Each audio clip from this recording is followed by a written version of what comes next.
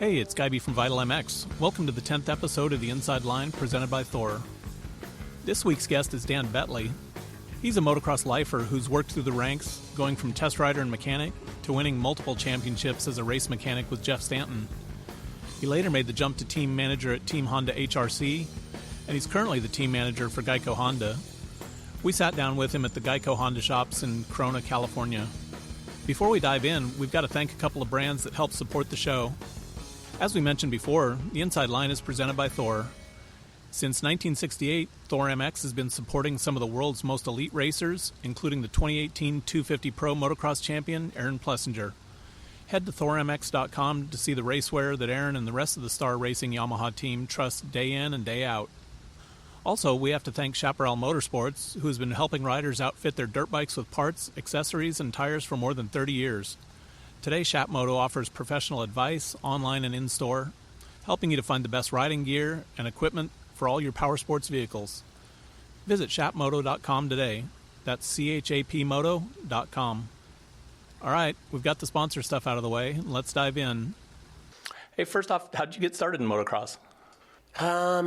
Originally, my father or my family owned a bicycle shop, so I always kind of had the inkling of wanting a dirt bike when I was a kid, and I was, I think I was like 13, and XR75 days, that was my first dirt bike, and so I always had that, but my mom never wanted me riding, and so from the bicycle shop days, I would keep my dirt bike. I had gravitated to 125s, and I would keep the 125 in the shop. And after hours, after working in the bicycle shop, I'd work on my dirt bike, and then race on the weekends as much as I could. And my dad taught me all my mechanical skills, and so I owe a lot to him. Showing me a lot of things other than just working on mechanical side of things. But that's kind of how I got started as far as having that interest. But then from there was a person that came into our shop that we sponsored to ride road bikes. His name was Jim DeGain, and he worked at Team Green. And so I said if there was ever an opening at Team Green, and this was back in the days that Dave Jordan was running the operation, and there was an opening, and I was offered a position to start there. And I worked with Jerry Campbell, I think at the time, and myself, and Greg Quador, and Jeff Chambers. We were all the technicians at the time, and that's how I got started in the industry, basically, and that was like 1981. To me, it seemed like very much a Honda lifer. Yeah. A lot of people don't know I worked at Cowie, but I've really only worked for now 3, because I consider FCR their own entity, but I've only worked for Cowie and American Honda, and I've been at American Honda. Well, that's not true, too. I keep forgetting all the other, I was at Honda Troy, too, but we can get there, that was for a short period of time. How far did you get in racing? I was never, California, there was a lot of talent. Back in that day, it was a good period to be from, where all the pros or the national stars of the time used to go to Saddleback, used to go to Carlsbad, and you could see those guys on a weekly basis. And then there was the CMC series and the CRC races, and it was really, really cool. Like the Golden State Series was so cool that you could go travel and have maybe 5-6 race series each weekend, travel up and down the coast, and then you're there with the national stars racing, and you could watch them race, and then you could race. But I only got up to like intermediate level in California, so whatever that accounts to. But when I started spending more time in the hospital than the track, I figured it was time to take a safer job. Well, I remember back in the day, if there was a Supercross at Anaheim on Saturday night, there might be a Golden State at Saddleback the next day, or somewhere else in the state. I remember doing a CRC Supercross I think it was in San Diego, and my family came to watch me, and I think I crashed out or something. But it was, like I said, I was never really at that level. Gotcha. How'd you make the move over to Honda, or you said Honda of Troy in there too? Yeah, it's a long story. I don't know if you want all of it, but I was at Cowie, and I knew from day one when I started Team Green, I wanted to be a race mechanic, and that was my goal. And I knew I couldn't really go from Team Green to racing because I didn't feel I had the tools that I needed to be successful at that job. So I was able to transition into an opening at our, research and development, and that's primarily where I learned a lot of, being a race mechanic. It's more the technical side of things and bike setup, and taught myself how to do suspension from there. And so that was I really enjoyed that job. Got to do a little jet ski testing as well, and so. Which worked out really well as Mike Preston and Jim Cook was running R&D at the time, and Mike Preston was the test rider, and so I didn't enjoy test riding that much. When they needed somebody of more of a entry level guy, they would use me, but I didn't enjoy wearing gear all day long and then having to pull stuff apart while you're still dressed and it's hot outside, and so I kind of transitioned just to be the mechanic. And Mike would do all the test riding with Mike Fisher also, and it just worked. And I learned a lot, and I think the three of us got along really well, and we communicated really well. But I knew I wanted to be a race mechanic. And one day I was at my desk, and Larry Ward, by mistake, got my extension, and the phone rang, and I picked it up, and he was asking for Roy Turner. And I said, you got the wrong extension, but I said, is this Larry Ward? And he's like, yeah. And I'm like, Larry, I hadn't seen him or talked to him since Team Green days.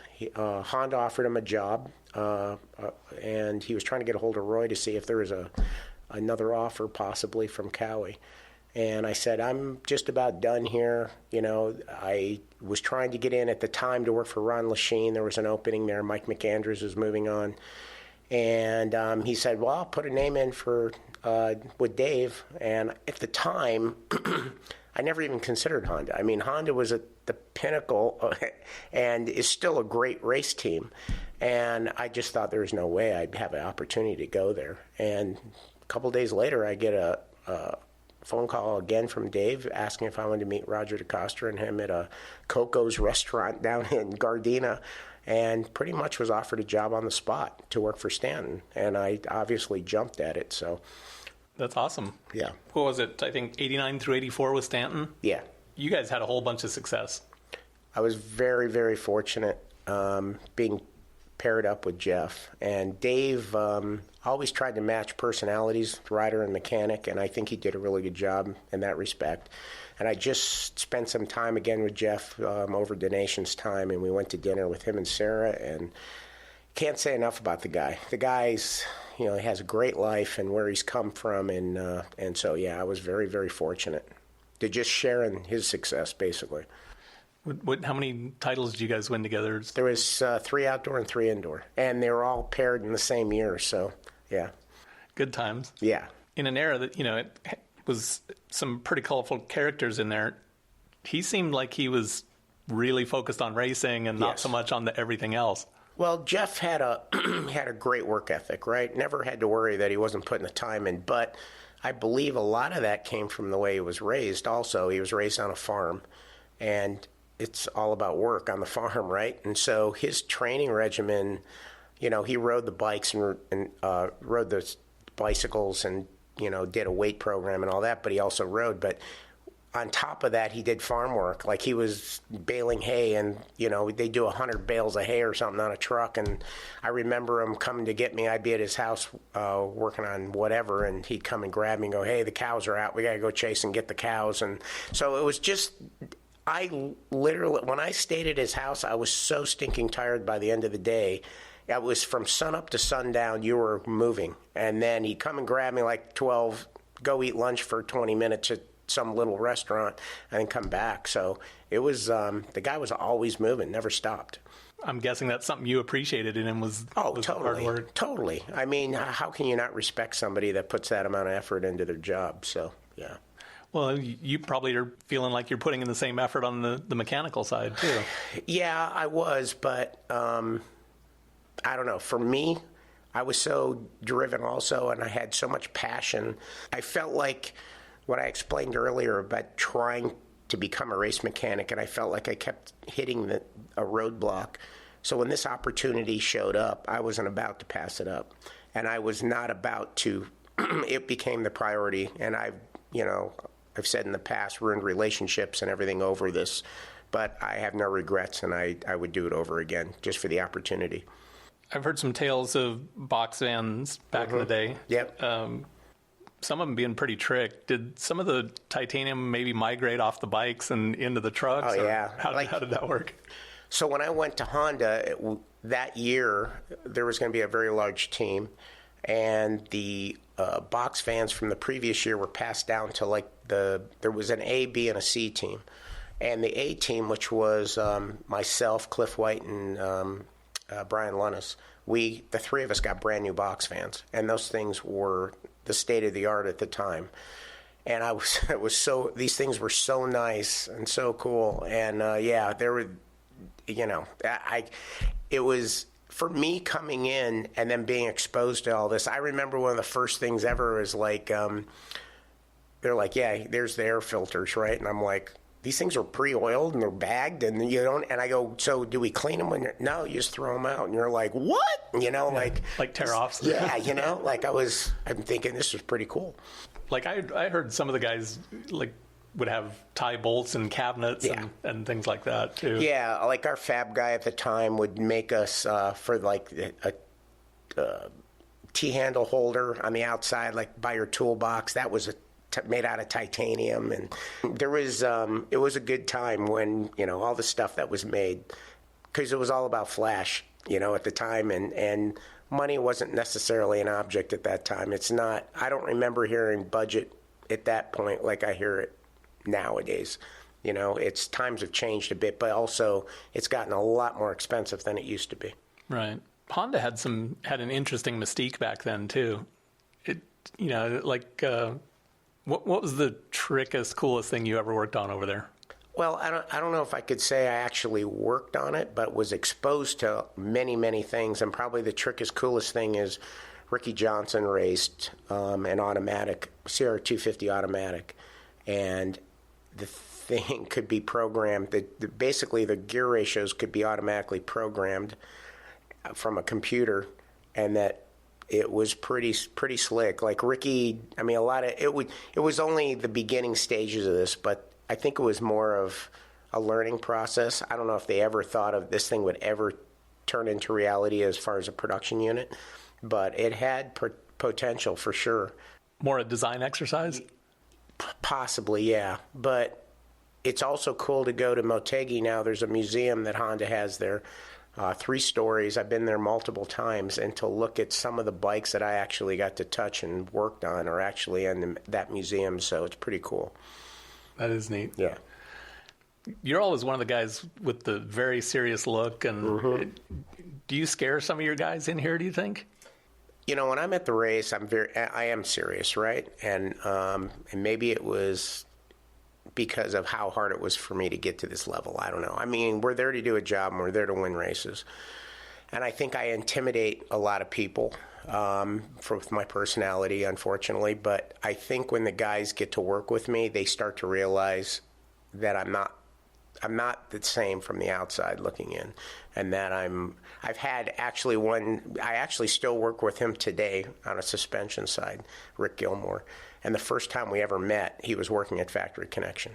And we were in Las Vegas at the time. We were all sitting around having beers, and we got up to go to the restroom or something. We were coming back, and he goes, you're actually like a regular guy. And I go, what?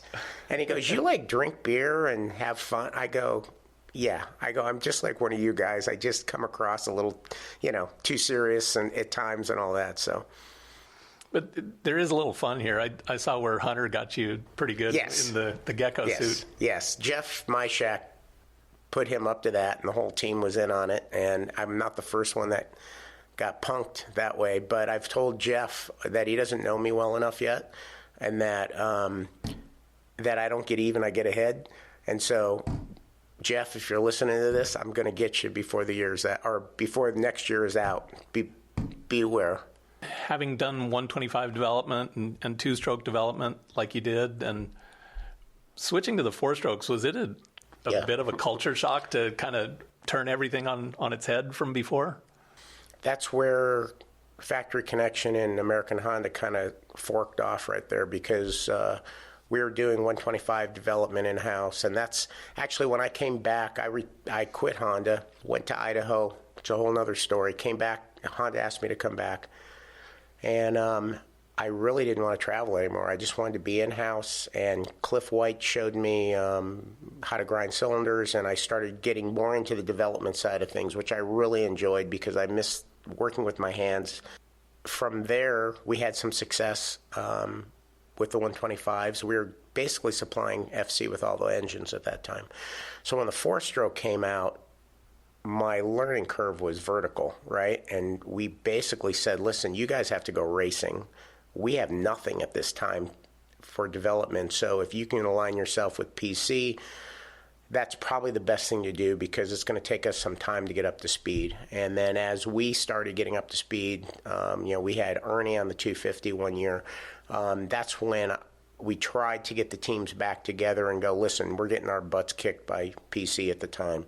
Let's merge and put our heads back together. And didn't really come about that well.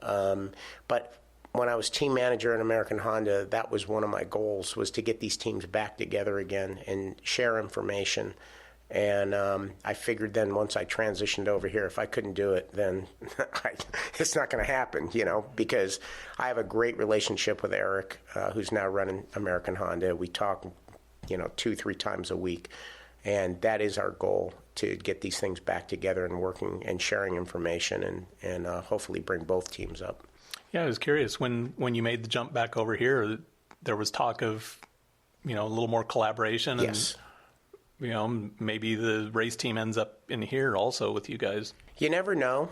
Anything's possible at this time, What this team does extremely well with Jeff and Ziggy is bringing sponsors and bringing companies into the program, and then also servicing those sponsors really well, where that's, I think, somewhat of a downfall with American Honda. They're so large of a corporation, and there's so many things moving that it's difficult for them to service and take care of those sponsors at the level they need to. They've never had to in the past, right? And so I think that's something that we could help them with, and hopefully, if that means coming together, I don't know what the future holds, but we'll see. It's interesting. Back in the day, I had some experience with an IndyCar team, and I was kind of joked that, I went to a hospitality event and a race broke out. Yes. But you kind of have to do that as a service for you have to sponsors. They're looking. They just don't write a check and go, hey, well, good luck next year. And there's things that they want out of this, and each sponsor is a little bit different, and you have to understand what their needs are, and you have to basically cater to that. And so, and I think in the past, unfortunately, American Honda hasn't been able to do that very well. So hopefully we can help them with that in the future. Working, as you were with Team Honda, how'd you end up in the team manager spot? And then you go from being the hands-on hardware guy, and then it's probably a little more... Almost by default. Do you want to know the truth? I never aspired to be a team manager, never really wanted to be. I really enjoyed the technical aspect of developing engines because at one point we were only doing the 250, and then we turned into doing the 450 as well. I had a couple guys that worked with me, and I thought things were going really well. And Eric ended up leaving the job, and I think we were only like a month out, 3-4 weeks from the start of the season, and I was asking my supervisor, who's going to manage the team? We have things that need to get done, decisions need to be made, and he said, I don't know. He goes, I'm like, well, you have to hire somebody. We can't just keep going like this. So I said, well, who? He goes, well, do you want the job? And I go, well, I never thought of it, but I said, who are you interviewing for the position? And he said a few names, and I said, I'm not really too excited to work for those individuals, so maybe I'd consider it. So they made an interim team manager through Supercross, but they continued to look around, I believe, and I think they thought I did a good job at it. And then the vice president asked me if I wanted to continue from there on out, and I accepted it. So it was a new challenge in my career. It was a completely different dynamic that I was used to, and dealing with, I supervised 1 or 2 individuals, but not an entire team, and not, when you're dealing with 15 different personalities and moving parts, and then it's a bit of a challenge. And now here at FC, it's like 20 some individuals, and we have 5 pro riders and 4 amateur riders, and dealing with parents, and it's a whole nother dynamic. But yeah, I really actually enjoyed being the team manager there. It was just something different. But what I missed there was not being able to do the technical side, and I tried, but it didn't work too well. But here, I'm able to do that. I don't like to micromanage. I like to give my input, and then I kind of step back and see what develops. And if things aren't going the way I hope them to, then I'll step in a little bit more. And I was kind of excited a couple months ago. I just got my grinding tools out and ground a cylinder head and told Kibby, try this, and we'll see what happens. And it was fun to get back there and just do that. Mm-hmm. It had to be kind of an interesting time, too, because, early on, like your Stanton days, there's a fair amount of domination going on. And then, more recently, it's been a little bit of a struggle. Yes. So what was it like working through that? Working through the struggle, or working through, the domination part? I mean, I stepped into a perfect situation. I mean, back in that day, it was Honda at that time, and the relationship that was present with HRC, because that was who we were directly dealing with.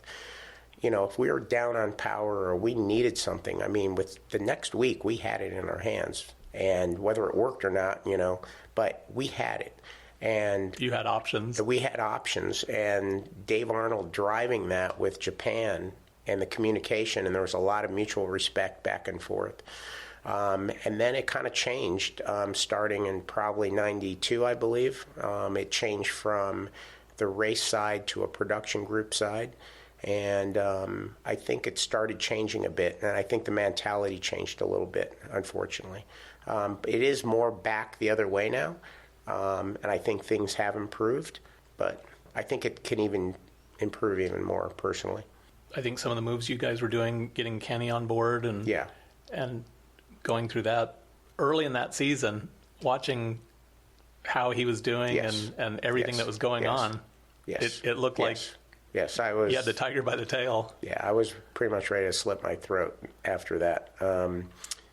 It wasn't perfect by any stretch, but Kenny was just on it, right? And I really felt like that was my main focus coming back and kind of running the team. Is I remember what that team was like, and I remember the dominance we used to have, and I wanted to get back there. And not immediately. I knew it was going to take time. It's a process. But the process and getting things back into place. But I felt like with Kenny coming on board, we had the tools to do. And I don't want to undercut Cole either. Cole was a great rider. He has so much natural ability.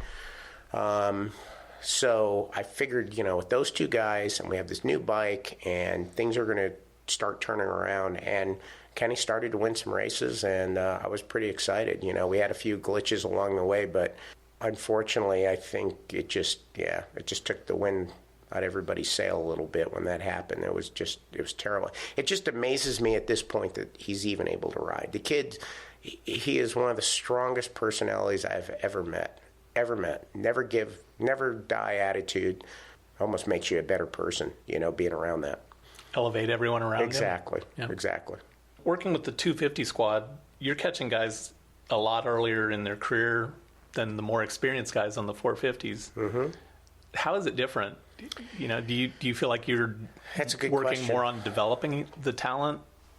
Is there guidance that you can throw in there? I actually enjoy it more. I didn't realize this coming here, but I enjoy working with the younger riders because when the riders on the 450 level, like say a rider of Cole or Kenny's experience level, it's not like back in the day with, say, working for Jeff. Things have evolved enough to where there's a lot of entourage around these guys, right? And between trainers and sandwich makers and, all this, and it's kind of hard a little bit. And these guys, quite honestly, it doesn't mean crap to them that I have been around for 30 years, right? Like it doesn't, it's all about now, pretty much. And so you have to earn their respect and show that you bring some value to the program, honestly. The younger guys are more open, I think, to listen to suggestions and more open. I'm trying to teach them. Like I feel like one of the disadvantages that came from FC guys, like, and I'll use Trey and Barsha as an example when they came to the 450 team. I don't think they were doing a great job here teaching these guys how to test and develop and learn how to set up their bike. And I'm really focusing on that. And I think they've come a long way. And you know, I'll use Trey as an example where when Trey first came to our team, I don't think he was a great test rider. But working with him, he's now evolved into what I feel is a really good test rider. And I still have he's been working with Honda a little bit. Mm-hmm. And I've been, you know, we still discuss things on bike setup and everything else, to where I tried to explain to him, your role now is to understand it's not that you set the bike up for yourself. It's to understand the way Kenny wants it and the way Cole wants it, and maybe two separate things. But when you try fork A and fork B, you can then equate, like, I like this a little different than, say, Kenny, and I think this fork may be more suited for this guy than this guy, or whatever. So I think he's learning that, and I think it intrigues him to try to, you know, do that and improve the settings for those guys. So yeah, I really enjoy it being here. It's interesting to me watching companies that used to be the corporate line. Here's your suspension. Here's what you're going to use. There's a lot more experimentation these days, keeping an eye on multiple brands. You know, you have to. First of all, you have to, and you have to understand the bikes that you're racing against, the dimensionally what those chassis are.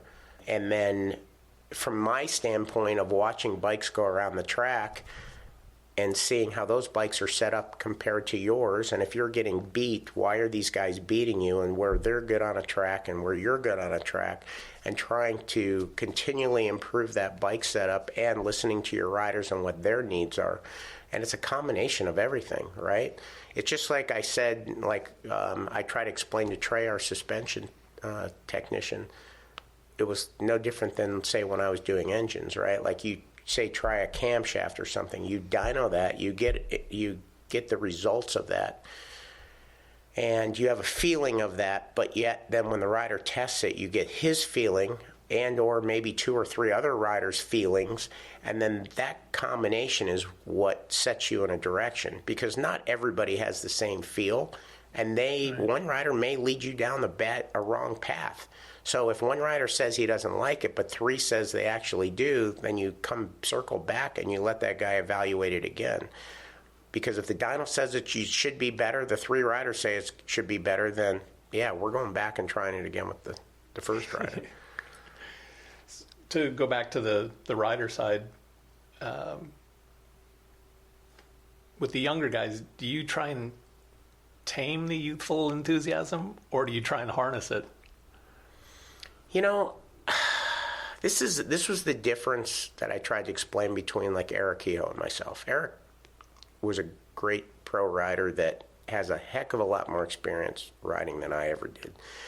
But I also came from a technical side, and then I come from that avenue. So just standing on the side of the track and watching things, I can tell the riders, you know, you need to try to do this or try to do that. But I try not to get there and tell them exactly what needs to be done, because I feel like I honestly don't have that level of experience where he does. But speaking of taming things down, I'll use Hunter as an example, just coming to the team and learning Supercross, or at least U.S. Supercross. I mean, he has ridden some Supercross stuff in Europe, but not probably the same tracks. And the Honda track's fairly simple as of right now. But I kept trying, and I'm sure sick of hearing me telling him this, but pump the brakes. We have he's probably going to ride East Coast, so you have a period of time to learn your craft, and don't go into this, because one mistake and you could be sitting on the sidelines for a couple months. So he's taking that to heart, I believe, but I have to keep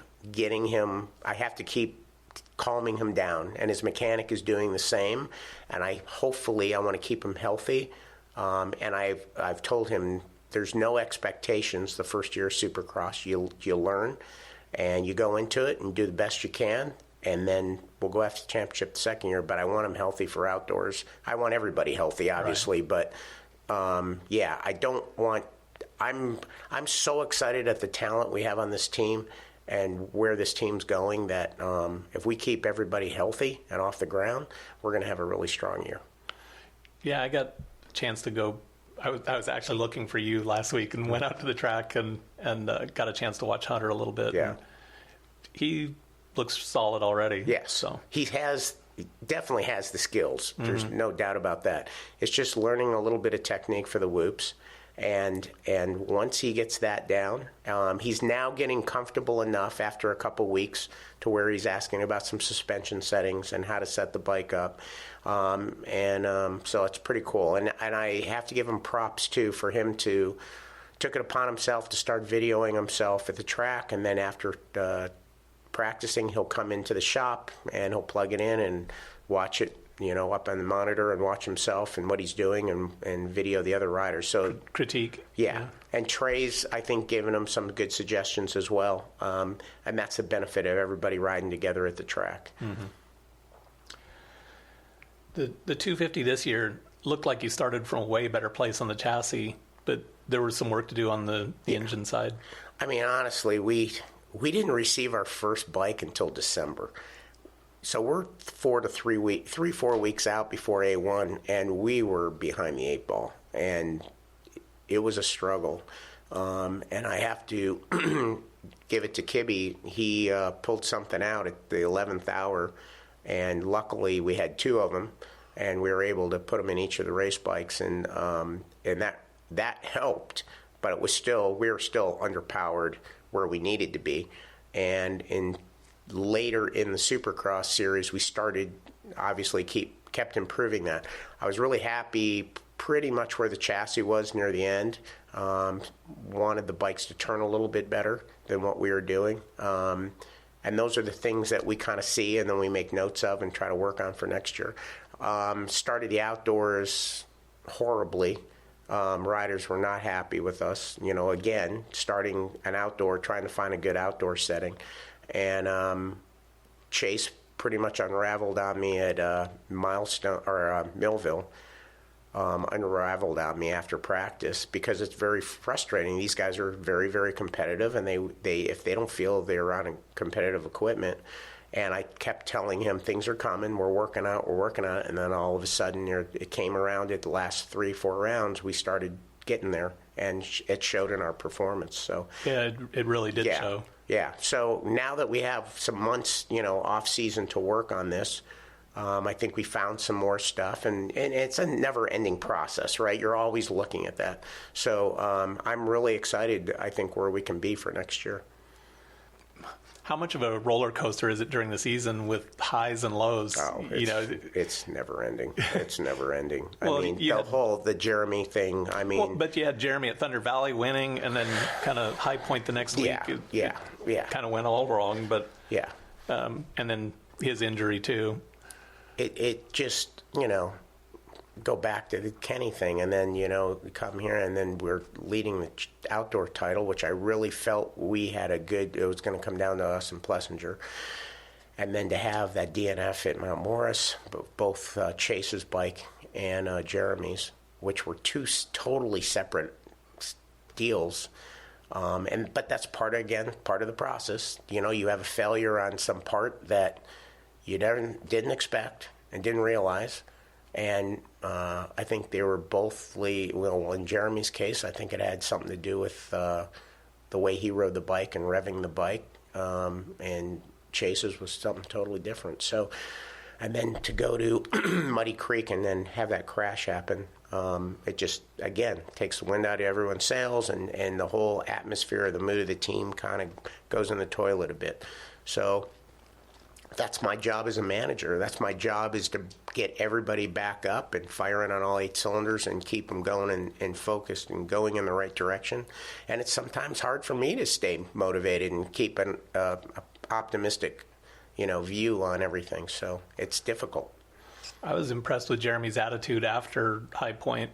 He said, lost 20 points or whatever, but I plan on winning more, That's right. by more than that at the end of the season. For sure. We had that discussion, and props to him for feeling that. But he felt like he was in a really good place. I mean, we struggled a little after Sacramento. We talked about what we need to do chassis-wise. We sent some guys to Colorado to do some testing, and then after that, everything started to fall into place. And I truly believe that was his title, but woulda, coulda, shoulda, right? You never know. Yeah. So these days, how much of the development comes from Japan, from the MXGP side? How much from here? And how different are the needs of the two? We do share information. I mean, we sent an engine to Japan for them to look at. They originally sent us what they had, the best of what they had at the beginning. There's always emails going back and forth. We actually had a few components that they had us evaluate in December that we kind of discounted, which isn't unusual. There's times when you try something that you go, this really didn't work, and you put it aside, and then by the time you bring up some other stuff in the engine, and then you try this other component again, you go, now it does work. So a couple of these components we gave back to Honda and said, no, thank you. It's, we didn't really see anything in it. But then when Valandrin was actually starting to show some progress in the GPs and getting better starts and going somewhere, knowing their settings, I came back and said, hey, can we reevaluate some parts? And sure enough, it now seemed to work on our bike, and that's when things started coming around. Short of Hunter at the Motocross Nations, you didn't really have a dog in the fight there. But watching the U.S. guys, the European guys, what are they doing right? We're past a little of the hysteria post-race there. What are those guys doing right that we're not doing? I think it's a couple things, in my opinion, my humble opinion, because I'm sure everyone has their own opinion. One, we're riding Supercross considerably more than outdoors. The way the season's built, one, we have 17 races as opposed to 12. But these guys, as soon as outdoors is over, we start Supercross testing. So we're on these bikes, these settings, I should say, 7 months of the year, and then you transition. You have 2 weeks to transition to outdoors. Normally, these guys, I'll give you an example. When Chase got back on his bike to ride Supercross again, same exact settings he raced, he goes, man, this is really stiff, right? Which is typical. And it's the same thing when you transition to outdoors. They go, man, this stuff feels really too stiff. And you go, so you make... too soft. Right. And then you start making it, stiffer. So that's, I think, one of the things. I think our tracks, I don't know where we went wrong on these tracks. I'm not a fan of making these tracks smoother, from being around the sport for so long, I feel like we've lost the character of some of these tracks. I'll use Unadilla as one of them. I remember showing up there for the first time, and there was, 6 inches of grass growing everywhere, and the same bumps were there for probably 20 years, and all they did was reseed it and come back again, and the track was only raced once a year. And I just think we've got into these... Every track is almost the same, right? Some tracks used to be hard and dusty and dry, and some tracks like Southwick were sand. And over there, they don't change that. What it is what it is, and it starts the weekend, and they don't necessarily touch it. Sure, when things get really bad, they do. But I come from a different side of the fence where if the track was rougher, the riders would go slower. And I feel that's almost safer than the high-speed stuff the way it is now. And that's one thing. The other thing is, I know the majority of these top guys live in Belgium and they practice at Lommel, which in my opinion is the roughest, gnarliest thing I've ever seen in my career. So when you're riding on a track like that, practicing day in and day out and setting a bike up that works in that condition, that's part of it also. So I don't think our guys, and also unfortunately, I don't think they put that much into it anymore. I mean, Motocross of Nations isn't what it used to be, I don't believe, as far as the, supporting the United States. And, I felt so much pride going over there and being part of that team. And I know Jeff did. And then winning and standing on that podium and knowing that you're representing the United States of America, that was, to me, it was huge. And I'm sure it was for him also. And I don't know if there's that much now pride in the guys within our paddock. I'm sure there is with some, so I don't want to stereotype them all. Mm-hmm. But I don't know, I'm not getting paid to go, and I'm not saying that's the reason. I don't know. I think it's each individual rider that has his own reasons behind it. It's funny, I was talking with another pro rider not too long ago, and he said, well, the European results, this is kind of 10 years in the making. Exactly. It's not something that happened overnight. Exactly. And those guys, we beat them down for a long time, and they were not happy about it. And they're coming back now with vengeance, and they want to dominate and kick our butts. And they're doing it, right? So I just, like, for next year, knowing where the track is, I hope we pick 3 good sand riders, not, normally I was like, you send the guys that won the classes and all that, if they want to go. If you don't want to go, then don't. And, for all the fans out there, it doesn't help. If the guy is not motivated to go, you guys yelling at him and calling him names is not changing anything or motivating that individual. We need motivator. 3 good guys that really want to go, and next year we need 3 great sand riders. And if that means taking a 250 rider and putting him on a 450, then so be it. And if we really want to be serious about this, then those guys need to pick up after Indiana, the last national, and go move themselves and go ride Lommel for the 3 weeks preparation prior to that event. And let's give it a shot, right? We'll find out who's serious about it next year. Exactly. Yeah. What do you love about the sport, and what do you want to see changed? Or what do we need to change? Oh, don't get me started. Well, we still have plenty of... Yeah. No, I mean, God, I've always loved the sport, right?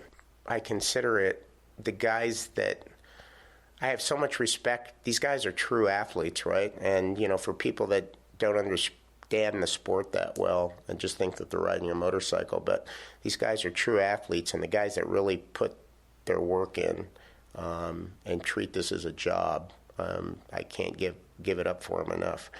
The thing I'm not happy with is the kind of, I guess it's great that our sport continues to grow, especially in down economy, or it was a down economy. It looks like we're making a return back to, having a great country again. But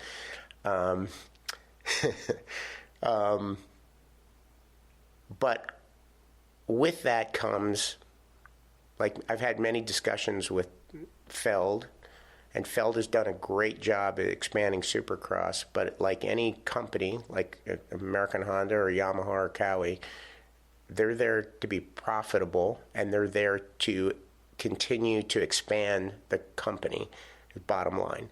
So where American Honda wants to continue to keep selling dirt bikes and making money and expanding their line, Feld wants to keep being more profitable, and there's not really a lot of ways, I think, for them to do that. I could be wrong because I don't know all the ins and outs, but they need to put more butts in the seat, or they need to have more races, and they keep pushing having more races, and I'm not a fan of that. I know the companies are against having more races and as a whole, with the exception of maybe one. And I'm old school, and I believe that motocross should be here and it should stay. Do we have problems on the motocross side? For sure. And I think there's a lot of things that can be done to fix some of this. But everybody has their own agenda, and there's a lot of people sitting at the table, and so sometimes it's hard to get a consensus on what needs to get done. Do we need to slow bikes down at all?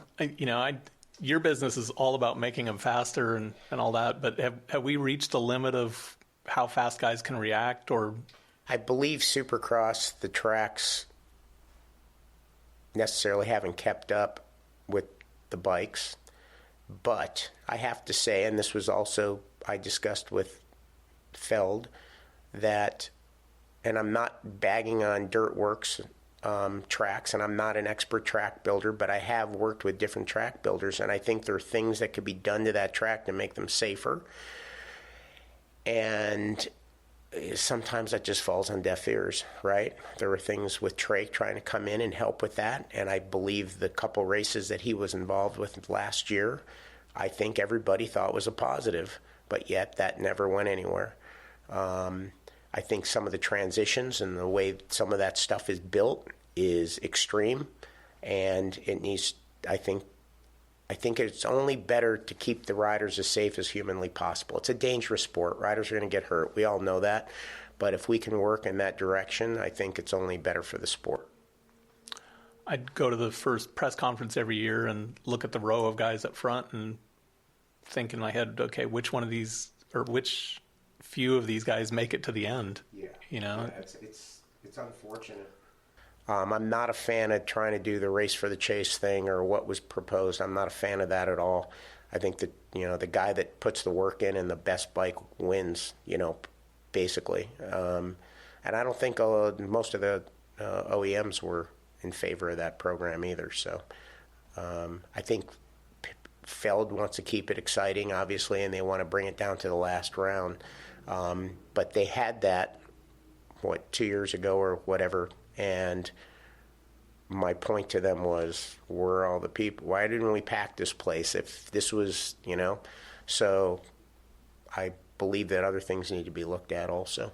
But then again, I don't want to make it sound like I'm bagging on Feld because, again, I think they've done an outstanding job in bringing the sport to what the level that it's at. So, but I think there needs to be more input. The companies cannot continue to sustain paying for all these race teams, right? It's not happening. And the bonuses. And they're footing the bill for all of this. And there needs to be a little bit sharing of the wealth, I believe, for this to continue. Maybe with new TV package, and if there's more revenue coming in, we'll see. I guess we'll see down the road, Hey, break down the 19 roster for us with your team guys. Well, we haven't totally decided what's going on. It's kind of that great unknown, and I know a lot of 250 teams are afraid to say, and I'm not, because I would rather let my guys know what we're doing. But right now, the great unknown for us is Jeremy and where he's going to be at, and if he is even going to be able to ride Supercross at this point. We should know that maybe more in about a month and a half. But Hunter, obviously, right now we're thinking east, just because he needs the time to get up to speed and get comfortable.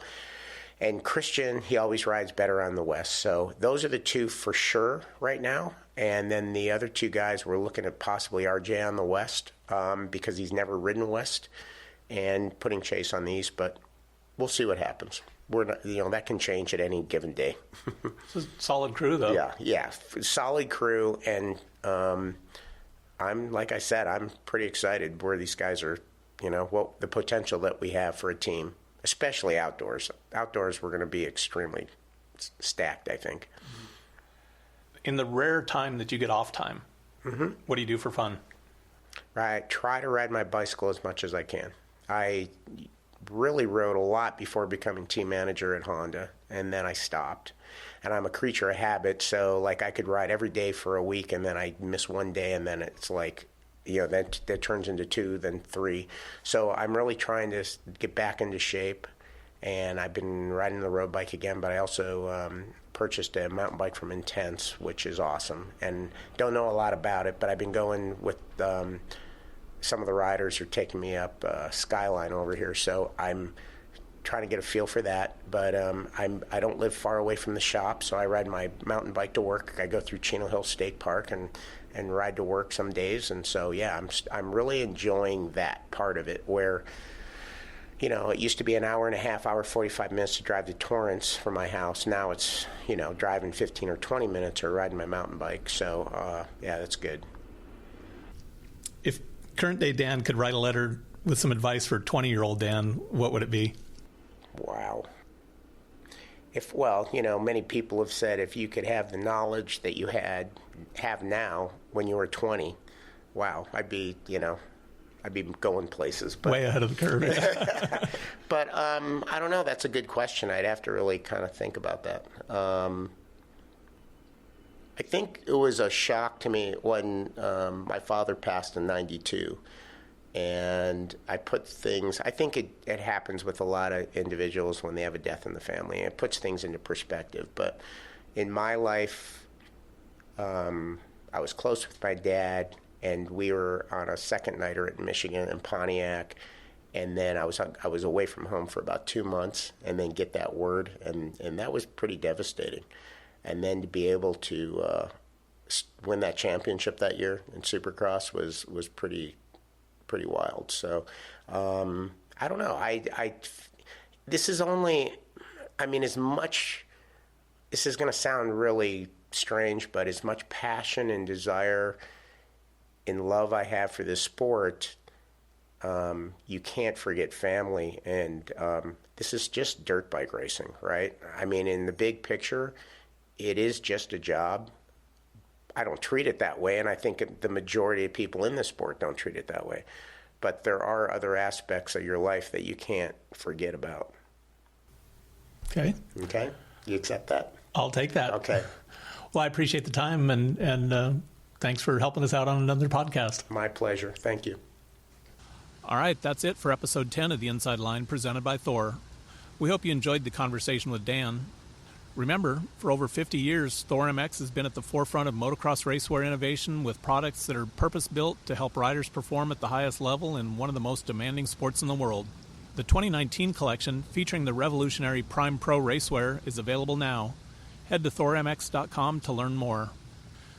We also have to thank Chaparral Motorsports. For more than 30 years, Chaparral Motorsports has been sharing its love of dirt bikes with like-minded individuals by offering a massive selection of the latest riding gear, new models, parts and accessories, and great pricing on tires. Visit chapmoto.com. That's chapmoto.com. Ready for some more bench racing? Look for the next Inside Line soon. In the meantime, you can subscribe to the show via your favorite podcast platform so you don't miss any future episodes. And you can also go back and check out previous shows. If you're feeling really generous, leaving us a rating and review always helps. Thanks.